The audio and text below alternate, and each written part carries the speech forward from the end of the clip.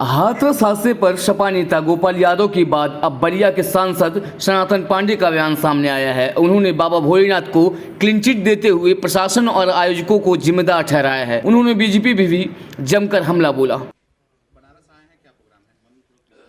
सबसे पहले तो हम बाबा विश्वनाथ जी का दर्शन करने का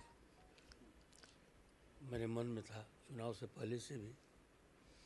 तो हम बाबा विश्वनाथ जी का, काल भैरव और महामृत्युंजय महादेव का मैंने दर्शन किया। उसको से बलिया में कुछ रेल संबंधी समस्या थी, जिसके लिए मैं यहाँ के DRM से मैंने मिला। एक न्यूज़ के माध्यम से ही जानकारी हुई थी, प्रिंट मीडिया के द्वारा, कि एक डिब्रूगढ़ से बलिया होकर के दिल्ली जो है राजधानी जाती है। उसमें जो है प्रिंट मीडिया में कल निकला था बलिया में तमाम पत्रों में कि इस रूट का, इस ट्रेन का रूट डाइवर्जन किया जा रहा है, मतलब बदला जा रहा है राजधानी का। अखबार के मुख्य पृष्ठ पर बलिया में छपा। बलिया से दिल्ली जाने के लिए एक वही ट्रेन है जिससे लोगों को सीधे सुविधा मिलती है। तो हम उसमें DRM यहाँ मैंने उनको इस समय मांगा कि आप क्यों ऐसा किया जा रहा है, क्या बलिया के साथ नहीं, उन्होंने अपना क्लियरिफिकेशन दिया कि न ऐसी हम लोगों की कोई मंशा है और न मैं इसके संबंध में कोई पत्र लिखा हूँ, न कोई इस पर कार्रवाई हुई है। ये कहीं से किसी के द्वारा कहीं बात पर विश्वास करके वहाँ के प्रिंट मीडिया ने जो है हमको अपने हर अखबारों में छापने का काम किया है। उसमें कोई सत्यता नहीं है।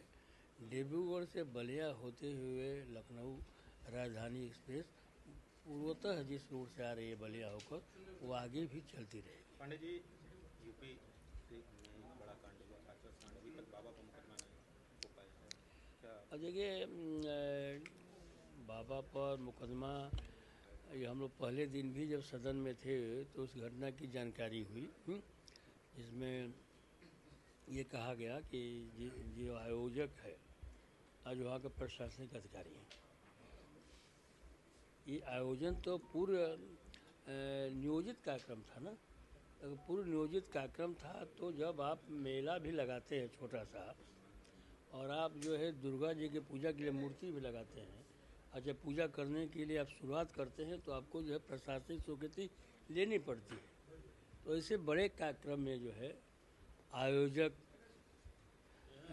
की जिम्मेदारी बनती है, वहाँ के क्षेत्राधिकारी की जिम्मेदारी बनती है, वहाँ के जो है SDM को जिम्मेदारी बनती है कि वह जितनी भीड़ आई हो उसके अनुरूप जो अपनी व्यवस्था दें।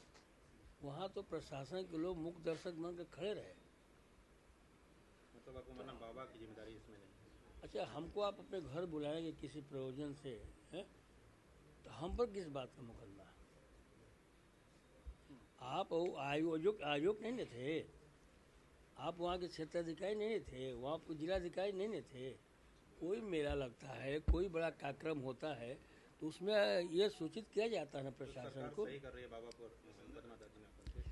देखिए, मेरा विचार जो है उस सरकार पक्ष से नहीं है कि मैं सरकार का विरोध कर रहा हूँ।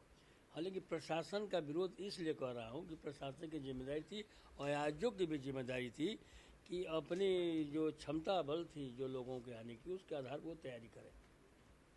बाबा पूरी तरह से इसमें कोई हमारी समझ से बाबा अपने प्रवचन के द्वारा, प्रवचन के समय उन्होंने किसी शब्द को उपयोग नहीं किया है जिससे ये कहा जाए कि उनका भाषण बहुत भड़काऊ था और उसको वजह से घटना हुई। सरकार अभी तक जो जांच कर रही है, आप लोग संतुष्ट हैं उस जांच से?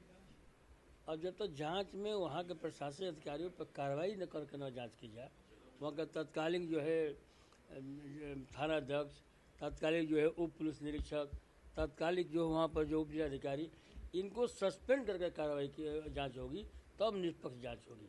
प्राथमिक तौर पर पहले जो है सरकार को जिम्मेदारी लेते हुए इन लोगों को पहले उनको सस्पेंड करना चाहिए। अच्छा, लगातार ये बातें आ रही हैं कि अगस्त महीने में सरकार गिर जाएगी, क्या तैयारी है आप लोग? अब देखिए, हम लोग मान के चल रहे थे कि हम सरकार बनाएंगे, कहीं से हम अपनी बातों को जनता तक नहीं पहुंचा पाए होंगे। सरकार आज भी गिर सकती है, अगस्त में भी गिर सकती है। सरकार सही मायने में देश हित में काम करेगी तो उसका हम लोग समर्थन करेंगे। लेकिन बीजेपी कह रही है कि वही परेशानी नहीं है, 5 साल तक चलेगी। वो सरकार जो है वेंटिलेटर पर चल रही है, तो अक्सर डॉक्टरों को कहना होता है कि वेंटिलेटर से हटा दिया जाएगा तो आदमी जो है बचेगा नहीं। उसे सरकार वेंटिलेटर पर है, जब तक चला सके वो चलाएं। हम लोग विपक्ष के हैं, हम लोग देश में जो है सामाजिक समरसता चाहते हैं, सामाजिक एकता चाहते हैं, शांति चाहते हैं। हम लोग जो है जाति और धर्म के आधार पर देश को नहीं चलाना चाहते हैं। देश में जो हमारे बेरोजगार है उस पर चर्चा उन्होंने 5 साल तक नहीं किया है। हम चाहते हैं कि सदन में बेरोजगारी पर चर्चा करें, कि युवा जो बेरोजगार उस पर चर्चा करें। किसान जो सबसे अधिक इनके कार्यकाल में हत्याएं हुई हैं और मरे हैं, उस पर चर्चा करें, उस पर चर्चा से भाग रहे हैं। समाजवादी पार्टी का जो पीडीए का फार्मूला था बहुत हिट रहा, अब जातियों की बात कर रहे हैं, क्या इस फार्मूले में पीडीए में जो है वो तो है, इसके अलावा क्या ब्राह्मणों को भी उसमें जोड़ने की आप लोग की कोशिश की जाएगी? क्योंकि आप एक बड़े चेहरे के तौर पे बलिया से उभरे हैं, खासतौर से ब्राह्मण समाज है वो आपकी तरफ बहुत हंसदली निगाहों से देख रहा है। देखिए, हम पीडीए के फार्मूला पर ही सांसद बने हैं। अगर पीडीए का फार्मूला हमारे दल का नहीं होता तो हम सांसद नहीं बन पाते। और पीडीए माने अगड़ों का अपमान नहीं। आपके बगल में बाबू वीरेंद्र सिंह को टिकट दिया गया, वो पीडीए का हिस्सा नहीं हो सकते हैं। जिस भावनाओं से आप कहना चाहते हैं, नहीं, मेरा ये कहना है कि क्या अब इस फार्मूले में ब्राह्मणों को भी शामिल किया जाएगा? इस बार के लोकसभा चुनाव में अगर समाजवादी पार्टी ने 5 यादव को टिकट दिया तो 5 ब्राह्मणों को भी टिकट दिया, और जातीय आधार पर हमने 3 ठाकुर को भी हमने टिकट देने का काम किया। हमने 5 बिंद को भी टिकट देने का काम, जो बिंद मलाह होती है, मैंने कुशवाहा को भी बगल में आपको टिकट देने का काम किया। इसमें सभी समाज के लोग हैं और सभी समाज को लेकर चलना ही पीडीए का जो है फार्मूला है। सदन में हिंदू को हिंसक राहुल गांधी जी द्वारा कहा जाता है। बिल्कुल नहीं कहा उन्होंने। मैं सदन में उपस्थित रहा, उन्होंने कहा भाजपा के हिंदू हिंसक है। शब्द को तोड़ मोड़ करके सदन में पेश करना और उसको आपके द्वारा हाईलाइट करना, या आप अपने कर्तव्य का पालन कर रहे हैं, उससे मुझे कुछ लेना देना नहीं है। उन्होंने भाजपा के हिंदुओं की बात कहा, उन्होंने सारे हिंदुओं की बात नहीं किया था। इसके लिए जो है तत्कालिक जो हमारे लोकसभा अध्यक्ष हैं वो भी मौजूद थे, पक्ष विपक्ष दोनों मौजूद था। अगर कोई ऐसा शब्द था जो हमारे कार्रवाई का हिस्सा नहीं बन सकता था, अच्छा है, मैंने कोई ऐसे शब्दों का अल्फाजों का उपयोग किया जो देश हित में नहीं था, तो उसको कार्रवाई कौन से बाहर कर देना चाहिए था। यह अधिकार जो है सुरक्षित जो है लोकसभा स्पीकर को है। राहुल गांधी जी कह रहे हैं कि अगर अयोध्या से मोदी जी लड़े होते तो उनको अयोध्या से लड़ना था, लेकिन वो बनारस चले गए हार के डर से और बड़ी मशक्क़त से जीते। उनका कहना हमारे समझ से बिल्कुल सही है। अगर हमारे यहाँ जहाँ बैठे हुए हैं, यहाँ से भी बड़ी मशक्क़त से जीते हैं प्रधानमंत्री जी। हमारे समझ से जो चुनाव का जो रुझान था शुरुआत के दौरों का, अगर देखा जाए तो कहीं से नहीं लग रहा था कि देश के प्रधानमंत्री वाराणसी से जीत रहे हैं।